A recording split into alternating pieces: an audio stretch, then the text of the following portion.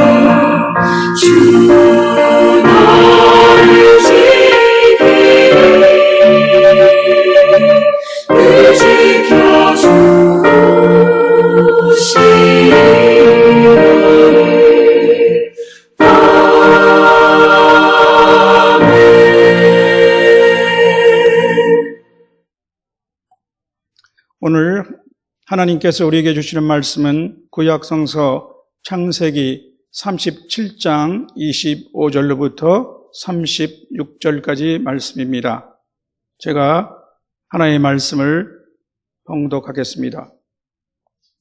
그들이 앉아 음식을 먹다가 눈을 들어본즉 한 무리의 이스마엘 사람들이 길르앗에서 오는데 그 낙타들의 향품과 유황과 몰약을 싣고 애굽으로 내려가는지라. 유다가 자기 형제에게 이르되 우리가 우리 동생을 죽이고 그의 피를 덮어둔들 무엇이 유익할까? 자, 그를 이스마엘 사람들에게 팔고 그에게 우리 손을 대지 말자. 그는 우리의 동생이요 우리의 혈육이니라 하매 그의 형제들이 청종하였더라. 그때 미디안 사람 상인들이 지나가고 있는지라 형들이 요셉을 구덩이에서 끌어올리고 은 20에 그를 이스마엘 사람들에게 팔매 그 상인들이 요셉을 데리고 애굽으로 갔더라. 르우벤이 돌아와 구덩이에 이르러 본즉 거기 요셉이 없는지라 옷을 찢고 아우들에게로 되돌아와서 이르되 아이가 없도다. 나는 어디로 갈까? 그들이 요셉의 옷을 가져다가 순염소를 죽여 그 옷을 피해 적시고 그의 채색 옷을 보내어 그의 아버지에게로 가지고 가서 이르기를 우리가 이것을 발견하였으니 아버지 아들의 옷인가 보소서 하매 아버지가 그것을 알아보고 이르되 내 아들의 옷이라. 악한 짐승이 그를 잡아먹었도다. 요셉이 분명히 찢겼도다 하고 자기 옷을 찢고 굵은 배로 허리를 묶고 오래도록 그의 아들을 위하여 애통하니 그의 모든 자녀가 위로하되 그가 그 위로를 받지 아니하여 이르되 내가 슬퍼하며 수월로 내려가 아들에게로 가리라 하고 그의 아버지가 그를 위하여 울었더라. 그 미디안 사람들은 그를 애굽에서 바로의 신하 친위대장 보디발에게 팔았더라. 잠깐 기도하겠습니다. 사랑이 많으신 하나님 아버지, 이 시간 저희들이 하나님의 말씀을 듣기를 원합니다. 말씀을 전하는 종에게 성령의 두루마기를 입혀주시고 입술에 기름 부으셔서 생명의 말씀이 이 강단을 통해서 선포되게 하여 주시옵소서. 듣는 모든 사람들이 이 말씀을 통해서 새 힘을 얻고 용기를 얻는 그런 귀한 시간 되기를 원합니다. 감사하며 예수님 이름으로 기도드렸습니다. 아멘. 오늘 본문 창세기 37장 25절에서 36절의 말씀을 통하여 팔려가는 길이라는 제목으로 저는 여러분과 하나님 은혜를 같이 나누고자 합니다. 본문은 아마도 성경 안에서 가장 애잔하고 가슴 찡한 장면 중에 하나가 아닌가 생각이 됩니다. 야곱의 11째 아들 요셉이 애굽으로 팔려가는 장면입니다. 본문이 속한 37장의 3절을 보면 요셉은 야곱이 노년에 낳은 아들이라 열아들보다 더 사랑하고 또 그에게 채색 옷을 지어 입혔다고 합니다. 이 당시 채색 옷이라고 하는 것은 권위와 은총을 상징하는 것이죠. 그것은 한마디로 아들 많은 이 집안에서 요셉이 기공자 대접을 받았다는 것입니다. 그런데 17살의 이 소년이 어느 날 꿈을 꾸고 형들에게 말하면서 형들의 큰 반감을 사게 됩니다. 그 꿈은 이런 것입니다. 들판에서 곡식단을 형제들이 묶었는데 형들의 곡식단이 자기 곡식단에게 절을 하더라는 것입니다. 그리고 두 번째 꾼 꿈은 하늘의 해와 달과 그리고 11별이 자기에게 절하더라는 것입니다. 누가 들어도 당돌하게 짝이 없는 꿈이죠. 두 번째 꿈을 듣고 심지어 아버지 야곱까지도 그러면 이 아버지와 어머니와 형들이 너에게 절하게 된다는 말이냐 하면서 분개하셨습니다. 그런데 그러면서도 야곱은 그의 말을 간직해 두었다고 성경에 기록되어 있습니다. 먼 후일 구주 탄생에 관한 목자들의 증언을 들으면서 마리아가 이 모든 말을 마음에 새기어 생각했다라는 우리 복음서 구절을 연상하게 하죠. 형제 간의 질투는 무서운 증오를 낳습니다. 형들이 세겜이라는 곳으로 아버지의 양떼를 치러 떠났습니다. 그러자 어느 날 아버지가 요셉에게 형들이 잘 있는지 가서 살펴보라는 말씀을 하셔서 요셉은 길을 떠났습니다.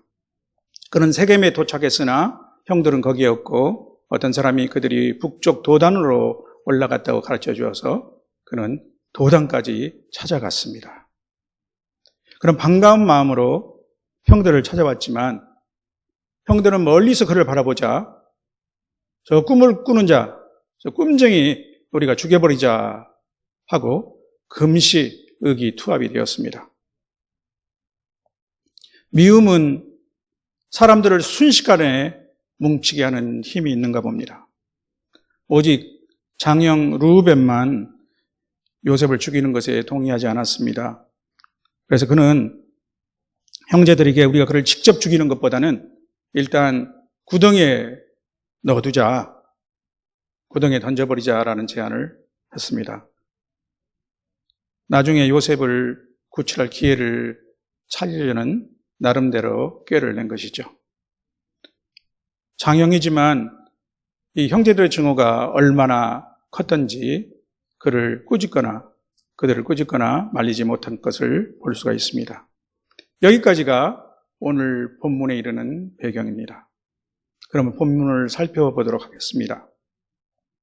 25절이죠. 그들은 밥을 먹습니다. 빵을 먹는 것이죠. 이들이 구덩이에 던져놓은 요셉은 먼 길을 오느라고 배도 고프고 또 목도 말랐을 터입니다. 그러나 이러한 동생을 구덩이에 던져놓고 그들은 밥을 먹는 것입니다. 이때 저 멀리서 다가오는 상인들이 그들의 눈에 띄었습니다. 그때 번뜩 유다에게 좋은 생각이 났습니다. 아, 동생을 우리가 죽일 것이 아니라 저 상인들에게 팔는 것이 더 좋겠구나. 악은 탐심으로 드러나고 또 다른 악을 낳는 거죠.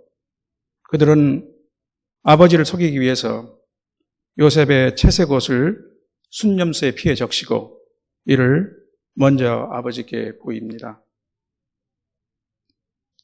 그런데 본문 바로 앞 23절에 요셉이 형들에게 이르매라는 기록 후에 지금 본문 총 12줄에 이르는 이 본문 전체에서 요셉은 어느 한 구절에도 주어로 등장하지 않습니다. 이 본문은 분명 요셉의 이야기죠. 그러나 요셉은 주어가 아니라 목적어, 즉 주체자가 아니라 처분의 대상일 뿐입니다. 그의 목숨이 죽음과 삶을 왔다 갔다 하고 그의 몸이 웅덩이에 떨어졌다가 또 건져내 또 묶이고 결국은 애굽에 끌려가기까지 하지만 그리고 또 그의 운명에 대해서 갖가지 술수와 음모가 넘치고 또 음흉한 웃음이 있고 다른 한편으로는 가슴을 찢는 애곡이 있었지만 이 모든 것은 그가 어찌할 수 없는 상태에서 일어나는 것을 웅변해 주는 것 같습니다. 우리의 인생 여정 안에서도 이렇게 나의 의지나 의도에 관계없이 또 나의 대응 능력을 초월해서 일어나는 일들이 있습니다. 속수무책의 상황, 즉 손을 묶인 듯이 어찌할 방법을 찾을 수 없는 경우죠. 지금 코로나19로 속절없이 당하게 되는 모든 경제적 어려움이 그런 것일 것이고 또 갑자기 자신이나 가족에게 닥친 질병, 사고, 자연재해, 또 내가 다니는 회사가 갑자기 파산하거나 실직을 하게 되는 그러한 것들이 있을 것입니다. 결국 요셉의 운명은 그 당시 원거리 이동 상인들인 그 약대상들에게 당시 노예 값에 해당되는 은 20에 팔리는 것으로 결말이 났습니다. 그 미디안 상인들은 요셉을 데리고 애굽으로 갔습니다. 오늘 제목 팔려가는 길이 시사하는 것처럼 저는 요셉이 팔려가는 이 길에 관해서 먼저 요셉의 처지에서 살펴보고 싶습니다. 먼저 그것은 배신의 길입니다. 요셉은 형들에게 배신을 당했습니다. 그의 마음은 배신감에서 쓰라렸고 또한 분노를 느꼈을 것입니다. 믿는 도끼에 발등을 찍힌다는 말이 있죠. 그러나 다른 사람도 아니고 형들에게 배신을 당하는 느낌은 어떤 것일까요? 예수님은 제자들에게 배신을 당했습니다. 가룟 유다는 그를 은 30에 팔았습니다. 수제자 베드로는 달기 3번 울 때까지 심지어 저주까지 하면서 예수님을 알지도 못한다고 극구 부인했었죠. 다른 제자들은 어땠습니까? 그런 예수님을 버려두고 각기 달아났습니다. 또 이것뿐이 아니네요. 그러고 보니까 에덴 동산에서 우리 인류 최초의 범죄가 하나님에 대한 아담의 배신이었죠. 배신은 우리 죄성 가운데 가장 긴 역사성을 가지고 있는 것 같습니다. 어쩌면 우리는 삶의 과정에서 친한 사람들로부터 크고 작은 배신을 당한 경험이 있을 것입니다. 또 선교사님들 중에도 선교 현장에서 가장 쓰라린 기억으로 믿었던 제자들과 성도들의 배신을 드시는 분들이 많죠. 요셉의 길은 또한 두려움의 길입니다. 장사꾼들에게 팔려가는 신세로 앞으로 어떤 일이 닥치게 될지 전혀 모르는 불확실성으로 그는 끌려가고 있는 것입니다. 그가 아버지의 사랑을 독차지하며 받다가 고향집을 떠나서 그것도 관습도 언어도 전혀 다른 것, 온통 낯선 사람들 가운데서 또 그것도 종의 신분으로 살아가야 합니다. 그는 아버지를 통해서 고향을 떠나야 했던 증조 할아버지 아브라함과 또 아버지 야곱의 이야기를 몇 번이나 들었을 것입니다. 그러나 야곱의 경우는 형과 아버지를 속인 자기 잘못으로 도망간 것이었고 그나마 외삼촌 라반의 집이 있었습니다.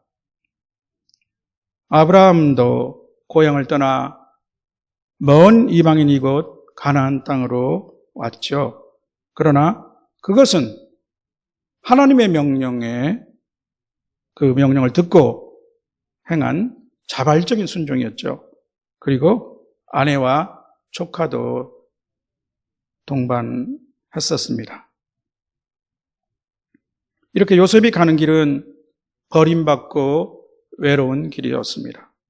주변에 의지할 사람, 도움을 얻을 수 있는 어떤 사람도 없습니다. 이것을 우리는 고립무원의 상태라고 하죠. 후일 시편에서 어떤 시인은 고난 속의 자신의 모습을 이렇게 읊었습니다. 나는 광야의 올빼미 같고 황폐한 곳의 부엉이 같이 되었사오며 내가 밤을 새우니 지붕 위에 외로운 참새 같으니이다. 시편 102편 6절로 7절의 말씀입니다. 요셉은 이 지붕 위의 참새보다 더 외롭고 초라한 신세가 된 것입니다. 혹시 여러분 중에 이러한 고독감을 느껴보신 분들이 있습니까? 인간이 견디기 가장 어려운 감정 중에 하나는 외로움일 것입니다. 그것도 버림받아 홀로 된 외로움입니다. 우리 주님도 고통의 십자가 위에서 버림받고 홀로 된 고독감을 엘리 엘리 라마 사박다니 나의 하나님 나의 하나님 어찌하여 나를 버리시니까? 라는 절규로 표현을 하셨죠. 요셉은 이렇게 팔려갔습니다. 슬픔에 눈물도 말라버렸을지도 모릅니다. 어쩌면 지금까지 아버지의 과보 속에 온실 속에 화초처럼 자란 17 또는 18살의 소년이 감당하기에는 너무나 잔인하고 애잔한 삶의 전환이라고 할 수 있을 것입니다. 본문에서 우리는 그가 짐승에게 찢겨 죽은 것으로 알고 그의 죽음을 슬퍼하는 아버지 야곱의 애통과 호곡 소리를 보고 들을 수 있습니다. 또 내심 그를 구하려 했지만 그를 잃어버린 장형 르우벤의 당황하고 안타까운 마음도 읽을 수 있습니다. 그러나 이 모든 것은 죽은 것과 다를 바 없는 요셉의 불쌍한 처지를 간접적으로 드러내는 묘사 같습니다. 그러나 우리가 잘 아는 대로 이야기는 여기서 끝나는 것이 아니죠. 본문의 마지막 줄 36절을 다 함께 읽어볼까요? 그 미디안 사람들은 그를 애굽에서 바로의 신하, 신의대장 보디발에게 팔았더라. 예. 그 미디안 사람들은, 그 미디안 상인들은 그를 애굽에서 바로의 신하, 그 누구도 아니고 바로의 신하 친위대장 보디발에게 팔았더라. 바로 여기에 반전과 새로운 시작이 있습니다. 그 다음 이야기는 우리가 잘 알고 있죠. 요셉은 애굽 바로의 친위대장 보디발의 집에서 종으로 시작하여 30살의 나이에 애굽의 총리가 되고 결국은 아버지 야곱과 이스라엘 12지파의 족장들과 그 가족 70명을 기근에서 구원하는 중요한 일을 하게 되죠. 장차 이스라엘 민족이 그의 보호 아래 이방 애굽 땅에서 태동하게 되는 것입니다. 이것이 그에게 거의 죽을 뻔한 동기가 되었던 꿈을 주시는 하나님의 섭리였던 것입니다. 그렇다면 우리는 요셉의 팔려가는 길을 이제 다시 읽어야 할 것입니다. 새로운 관점으로 읽을 수 있습니다. 그것은 바로 하나님의 사건이었기 때문입니다. 요셉은 형들의 배신에 좌절하고 분노했겠지만 형들의 배신은 그의 꿈이 이루어지는 장소, 당시의 대국 애굽으로 가기 위한 계기가 되었습니다. 그의 꿈은 너무나 원대해서 고향 땅을 벗어나야만 했던 것입니다. 마찬가지로 훗날 예루살렘 교회 성도들이 유대인의 심한 박해로 뿔뿔이 흩어지게 되었죠. 만약 그들이 그렇게 박해를 받고 흩어지지 않았다면 그렇게 빠른 속도로 복음이 예루살렘과 유다를 넘어갈 수 없었을 것입니다. 요셉의 길은 너무나 불확실하고 두려운 길이었습니다. 참으로 외롭고 버림받은 것 같았습니다. 그러나 하나님은 그를 버리지 않으셨습니다.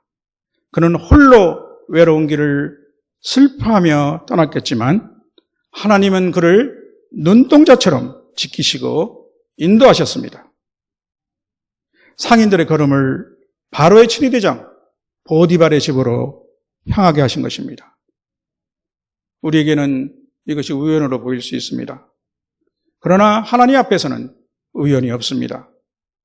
마치 룻이 곡식 빼는 자를 따라 밭에서 익삭을 줍는데 우연히 죽은 남편의 친족 보아스에게 속한 밭에 이르게 된 것과 같습니다.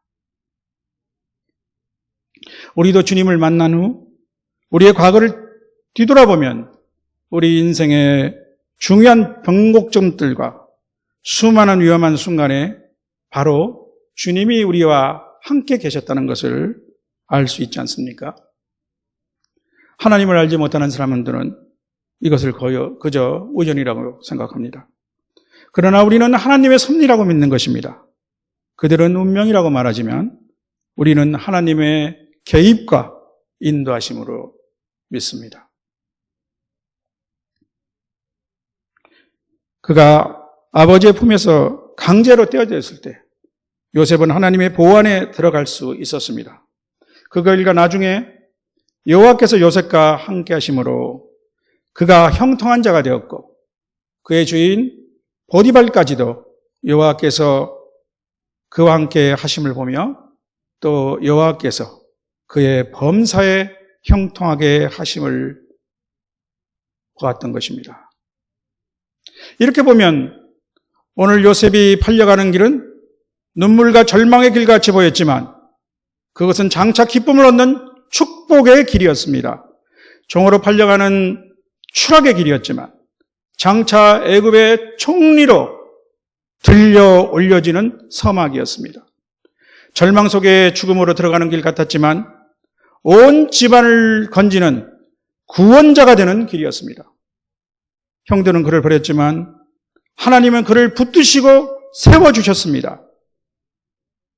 형제들은 그의 꿈을 비웃고 그 꿈을 짓밟으려고 했습니다. 그러나 그 꿈을 주셨던 하나님은 그의 꿈을 이루는데 그들의 악한 흉계를 이용하셨습니다. 하나님의 통쾌한 역전인 것입니다. 성도 여러분, 오늘 팔려가는 요셉 이야기를 통하여 하나님께서 우리에게 주시는 말씀은 무엇입니까? 우리는 인생 과정에서 크고 작은 역경을 만날 수 있습니다. 앞에서 말씀드렸지만 우리 힘으로 도무지 감당할 수 없는 큰 어려움에 빠질 수도 있습니다. 터무니없는 오해를 받거나 억울한 일을 당하기도 합니다. 앞날에 캄캄하고 좀처럼 터널의 끝이 보이지 않을 수도 있을 것입니다. 주변에 아무도 도움이 될 사람이 없을 수 있습니다. 그러나 우리는 바로 이러할 때 상황보다 더 크신 하나님을 바라보아야 합니다. 우리가 당하는 모든 역경과 고난은 믿음의 도약을 위한 디딤바닥이 될 것이기 때문입니다. 우리는 결코 좌절하거나 낭망할 수 없습니다. 하나님이 우리를 포기하지 않으시는 한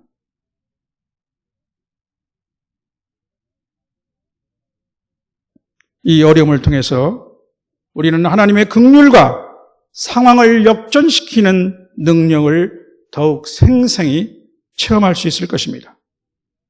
또한 어려움에 처한 다른 사람들을 공감하며 위로하고 그들에게 도움이 되어줄 수 있을 것입니다. 그만큼 우리의 믿음이 한 단계 더 성장하는 것입니다. 성도는 바로 이러한 고난의 유익을 아는 사람들입니다. 반면에 참 안타까운 일이 생각이 납니다. 지난주에 이름을 다 알만한 한 여성 개그우먼이 어머니와 함께 자살을 택했죠. 오랫동안 시달린 악성 피부병이 우울증을 낳았던 것으로 알려지고 있습니다. 다른 많은 사람들에게 웃음을 선사하는 재능을 가진 이분이 정작 자신의 울적한 마음을 달래는 데는 무력했나 봅니다. 또 10여 년 전에는 행복전도사로 방송에 이름을 크게 날렸던 전문 강사 한 사람이 계셨죠. 그는 갑자기 남편과 함께 자살을 택해서 우리 사회에 큰 충격과 파문을 일으켰습니다. 그런 악성 폐질환으로 극심한 아주 고통을 겪었다고 합니다. 그리고 심장이 더 나빠진 바람에 좌절해서 극단적 선택을 한 것으로 알려져 있습니다. 남들에게는 행복하게 사는 비결을 전수하였지만 정작 자신은 육신의 고통 앞에 행복은커녕 삶의 이유까지 잃어버렸던 것이죠.